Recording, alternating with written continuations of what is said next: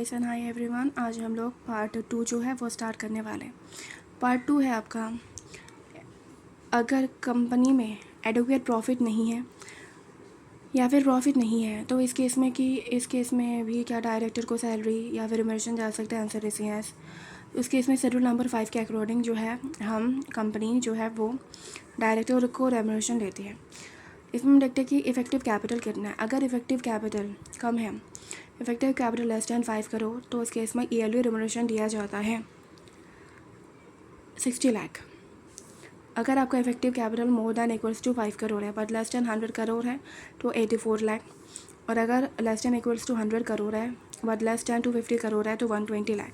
और अगर 250 करोड़ से भी ज़्यादा है तो इस केस में ईयरली रेमोनेशन दिया जाता है मैनेजरियल पर्सन को 120 lakh plus 0.01% of A capital above 250 crore. ये था आपका मैनेजरियल पर्सन के लिए रेम्यूनरेशन। अगर आप किसी इंडिपेंडेंट डायरेक्टर को या फिर अदर डायरेक्टर को देना चाहते हो तो इन लोगों का इन द सेंस इस अमाउंट का 1/5, क्या बोलें कि इस अमाउंट का 1/5 12 lakh, 17 lakh, 24 lakh, 24 lakh plus 0.01% of A capital above 250। अगर इससे भी ज़्यादा देना है किसी डायरेक्टर को तो SR पास करना पड़ेगा। उसके बाद हम देखेंगे कि meaning of A effective capital. Effective capital कैसे निकालते हैं? पहले आएगा आपका पेड अप शेयर कैपिटल। उसमें एक्सक्लूड करेंगे share application money pending for allotment. उसमें ऐड करेंगे security premium account, that is the share premium account. उसमें ऐड करते हैं reserve and surplus excluding A revaluation reserve. Minus करते हैं long term loan and deposit payable after a 1 year excluding a working capital loan and a OD. Minus करते हैं 3 चीज़, investment को minus करेंगे, अक्यूमुलेटेड लॉस को माइनस करेंगे, preliminary expenses को माइनस करेंगे, तो आएगा आपका इफेक्टिव कैपिटल। क्या आएगा? Effective capital. उसके बाद हम देखने वाले हैं हमारा compensation for loss of a office for a MD whole time director और ए मैनेजर। मतलब अगर हम किसी मैनेजर को, मतलब MD को, होल टाइम डायरेक्टर को, मैनेजर को टाइम से पहले निकाल रही है तो क्या उसको कंपनसेशन मिलेगा? आंसर इज यस, मिलेगा।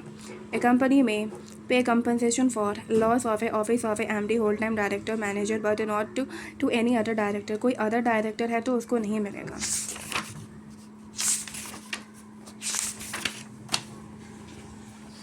अब हम ये देखेंगे, एक क्वेश्चन और है बच्चों, क्या इंडिपेंडेंट डायरेक्टर को कंपनसेशन मिल सकता है? उसको ऑफिस से निकाल दिया है इसलिए। Answer is no. सिर्फ और सिर्फ किसको मिलेगा? MD whole time director manager को कंपनसेशन दिया जाएगा अगर किसी कारण कंपनी ने उन्हें निकाला है तो। उसके बाद director is not eligible for the compensation. कौन से ऐसे केस है जिस केस में डायरेक्टर जो है वो कंपनसेशन के लिए एलिजिबल नहीं है? बात को समझना। डायरेक्टर ने क्या किया है? रिज़ाइन किया है, राइट। डायरेक्टर ने रिज़ाइन किया है और रेस्ट्रिक्टिंग मर्जर हो रहा है कि नहीं? बात को समझना। मर्जर अगर नहीं हो रहा, मर्जर नहीं हो रहा एंड डायरेक्टर कुछ रिज़ाइन करके गया है तो, खुद से रिज़ाइन करके गया तो कोई कंपनसेशन नहीं मिलेगा। उसके बाद रिस्ट्रक्चरिंग। अगर मर्जर हो रहा है और डायरेक्टर ने रिज़ाइन किया है तो उस केस में अगर सामने वाली कंपनी ने डायरेक्टर को जॉब ऑफ़र किया है तो इस केस में जो है वो कंपनसेशन नहीं मिलेगा। अगर सामने वाली कंपनी ने डायरेक्टर को जॉब ऑफ़र नहीं किया तो उस केस में कंपनसेशन मिलेगा। मैं रिपीट करती हूँ, अगर डायरेक्टर ने रिज़ाइन किया है, पहला केस है रिस्ट्रक्चरिंग हो रहा है और दूसरा केस हो सकता है रिस्ट्रक्चरिंग नहीं हो रहा। अगर रिस्ट्रक्चरिंग नहीं हो रहा और डायरेक्टर ने रिज़ाइन किया है तो उस केस में जो डायरेक्टर है उसको कंपनसेशन नहीं मिलेगा। अगर रिस्ट्रक्चरिंग हो रही है, डायरेक्टर ने रिज़ाइन किया है और सामने वाली कंपनी ने डायरेक्टर को जॉब ऑफ़र किया है तो कंपनसेशन नहीं मिलेगा। अगर सामने वाली कंपनी ने डायरेक्टर को कुछ भी ऑफ़र नहीं किया तो डायरेक्टर को क्या मिलेगा? कंपनसेशन मिलेगा। उसके बाद हम देखेंगे appointment of the KMP। KMP का फुल फॉर्म होता है की मैनेजरियल पर्सन। KMP में कौन कौन होता है? पहला 3 लोग आते हैं आपके KMP में। पहला आपका देखो, MD होल टाइम डायरेक्टर और ए मैनेजर और ए CEO, ये आते हैं। सेकंड आपका CS आता है। उसके बाद आपका आता है CFO। उसके बाद कौन सी ऐसी कंपनी है जिनको 3 KMP अपॉइंट करने पड़ते हैं अपनी कंपनी में? पहला लिस्टेड कंपनी को हमेशा 3 की मैनेजर पर्सन जो है वो अपॉइंट करना पड़ता है। उसके बाद ऐसी पब्लिक मतलब अनलिस्टेड पब्लिक कंपनी जिनका paid up share capital 10 crore या फिर उससे ज़्यादा हो। मेरे बार दोबारा रिपीट करती हूँ, ऐसी अनलिस्टेड पब्लिक कंपनी जिसका paid up share capital 10 crore या फिर उससे ज़्यादा हो। उसके बाद ऐसी एक प्राइवेट कंपनी जिसका paid up share capital 10 crore या फिर उससे ज़्यादा है, तो उसको अपॉइंट करना पड़ता है होल टाइम कंपनी सेक्रेटरी। क्या बन गया? Private company, any private company having paid up share capital more than equals to 10 crore whole time company secretary mandatory appoint करना पड़ेगा। उसके बाद चेयरपर्सन प्लस एमडी सीईओ। ये क्या कह रहे हैं? कंपनी का कोई एमडी है वो चेयरपर्सन नहीं बन सकता, कंपनी का कोई सीईओ है वो चेयरपर्सन नहीं बन सकता, मतलब आप एमडी को और सीईओ को चेयरपर्सन नहीं बना सकते अनलेस, मतलब कौन से ऐसे केस है जिस केस में बना सकते हो? अगर एओए प्रोवाइडर, एओए में लिखा है, या फिर कंपनी कोई एक सिंगल बिजनेस कर रही है। अगर कंपनी कोई एक सिंगल बिजनेस नहीं कर रही है और उसने क्या किया है, इफ़ इनटू मल्टीपल बिजनेस, वो मल्टीपल बिजनेस में है और हर एक बिजनेस के लिए अलग अलग सीईओ है, उस केस में। उसके बाद पब्लिक कंपनी हैविंग, अगर कोई पब्लिक कंपनी है जिसका पेड अप शेयर कैपिटल क्या है 100 करोड़ या फिर उससे ज़्यादा है, या फिर उसका टर्नओवर 1000 करोड़ से ज़्यादा है। यहाँ पे एंड है बच्चों, क्या है एंड? मैं दोबारा रिपीट करती हूँ, जिसका paid up share capital 100 crore या फिर उससे ज़्यादा हो, टर्नओवर 1000 करोड़ या फिर उससे ज़्यादा हो, दोनों अगर फुलफ़िल होगी तो उस केस में उस कंपनी का एमडी सीईओ जो है वो चेयरपर्सन बन सकता है। उसके बाद यहाँ पर हम कंडीशन देखने वाले हैं बच्चों। देखो, एक पर्सन एक टाइम पे एक ही कंपनी में क्या बन सकता है? केएमपी की मैनेजरियल पर्सन। एक पर्सन एक टाइम पे एक ही कंपनी में क्या बन सकता है? की मैनेजरियल पर्सन जो है वो बन सकता है। Only KMP in A one company at a time.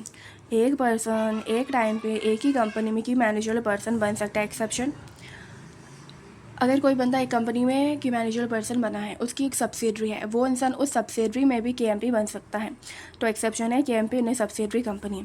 उसके बाद केएमपी अपॉइंटमेंट, केएमपी जो है वो अपॉइंट होता है बोर्ड रिजोल्यूशन के थ्रू बोर्ड मीटिंग में। केएमपी अपॉइंट होता है board resolution through board meeting में। केएमपी जो है वो आपका आरबीसी के थ्रू जो है वो अपॉइंट नहीं हो सकता। उसके बाद बात को समझना, अगर कोई पर्सन दूसरे कंपनी में एमडी मैनेजर है, आप उसे अपने कंपनी का एमडी बनाना चाहते हो, तो आपको अनअनोनिमस रिजोल्यूशन जो है वो पास करना पड़ेगा।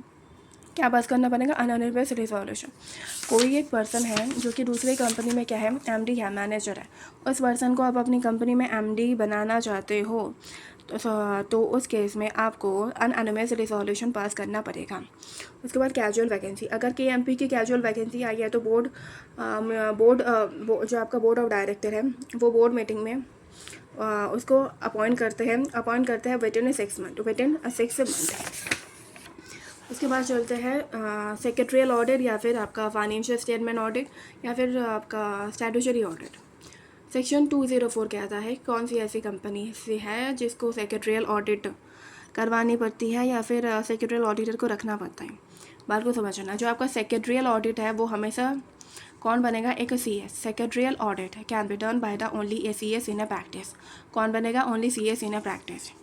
इसका आपका लिमिटेशन क्या है? एक लिस्टेड कंपनी है तो उसको सेक्रेटरियल ऑडिट करवानी पड़ेगी। अनलिस्टेड पब्लिक कंपनी जिसका, बात को समझना, जिसका paid up share capital more than equals to 50 crore हो, loan more than equals to 100 crore हो, turnover more than equals to 250 crore हो, तो उसको क्या करना पड़ता है? सेक्रेटरियल ऑडिट अपने यहाँ पे करवाना पड़ता है। ओके बच्चों, आज के लिए इतना ही था। Thank you so much.